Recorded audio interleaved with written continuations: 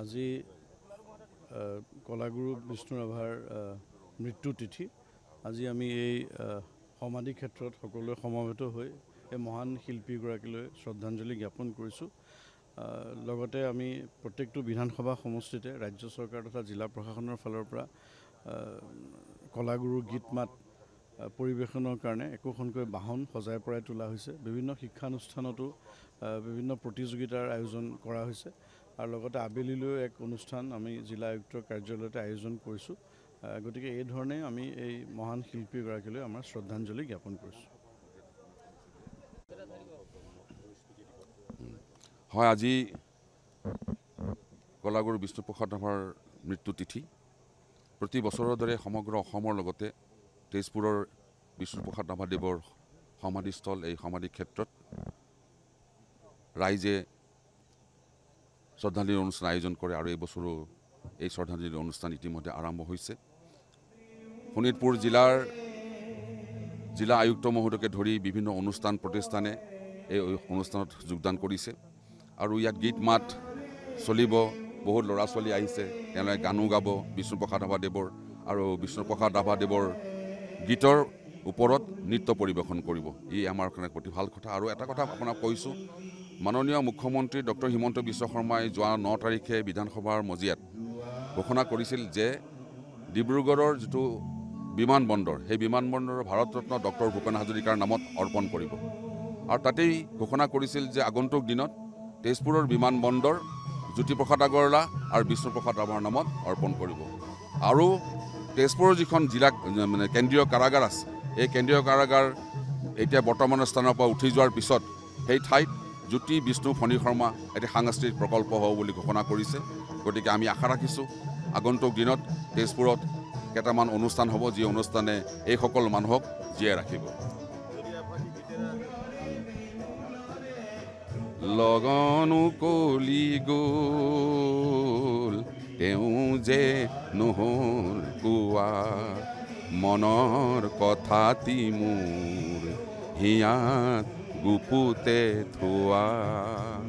লগনো কলি গ'ল তেওঁ যে নহ'ল কোৱা।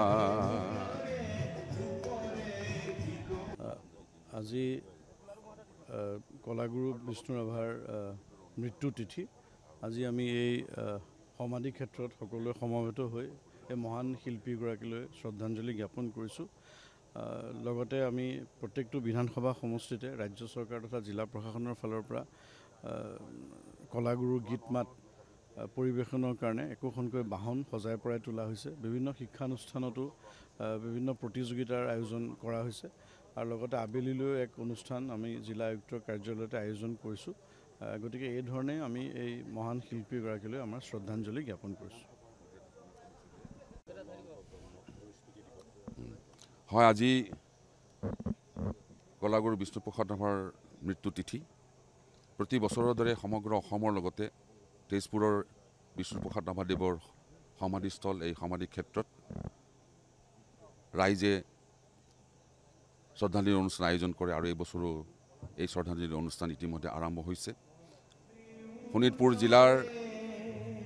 জিলা আয়ুক্ত মহোদয়কে ধৰি বিভিন্ন অনুষ্ঠান প্ৰতিষ্ঠানে এই অনুষ্ঠানত যোগদান কৰিছে আৰু ইয়াত গীত মাত চলিব। বহুত ল'ৰা ছোৱালী আহিছে, তেওঁলোকে গানো গাব বিষ্ণুপ্ৰসাদ ৰাভাদেৱৰ আৰু বিষ্ণুপ্ৰসাদ ৰাভাদেৱৰ গীতৰ ওপৰত নৃত্য পৰিৱেশন কৰিব। ই আমাৰ কাৰণে অতি ভাল কথা। আৰু এটা কথা আপোনাক কৈছোঁ, মাননীয় মুখ্যমন্ত্ৰী ডক্টৰ হিমন্ত বিশ্ব শৰ্মাই যোৱা 9 তাৰিখে বিধানসভাৰ মজিয়াত ঘোষণা কৰিছিল যে ডিব্ৰুগড়ৰ যিটো বিমানবন্দৰ, সেই বিমানবন্দৰৰ ভাৰতৰত্ন ডক্টৰ ভূপেন হাজৰিকাৰ নামত অৰ্পণ কৰিব। আৰু তাতেই ঘোষণা কৰিছিল যে আগন্তুক দিনত তেজপুৰৰ বিমানবন্দৰ জ্যোতিপ্ৰসাদ আগৰৱালা আৰু বিষ্ণুপ্ৰসাদ ৰাভাৰ নামত অৰ্পণ কৰিব। আৰু তেজপুৰৰ যিখন জিলা কেন্দ্ৰীয় কাৰাগাৰ আছে, এই কেন্দ্ৰীয় কাৰাগাৰ এতিয়া বৰ্তমানৰ স্থানৰ পৰা উঠি যোৱাৰ পিছত সেই ঠাইত জ্যোতি বিষ্ণু ফণী শৰ্মা এটি সাংস্কৃতিক প্ৰকল্প হ'ব বুলি ঘোষণা কৰিছে। গতিকে আমি আশা ৰাখিছোঁ আগন্তুক দিনত তেজপুৰত কেইটামান অনুষ্ঠান হ'ব, যি অনুষ্ঠানে এইসকল মানুহক জীয়াই ৰাখিব। লগনো কলি গ'ল তেওঁ যে নহ'ল কোৱা, মনৰ কথাটি মোৰ হিয়াত গুপুতে থোৱা লগনো কলি গ'ল তেওঁ যে নহ'ল পোৱা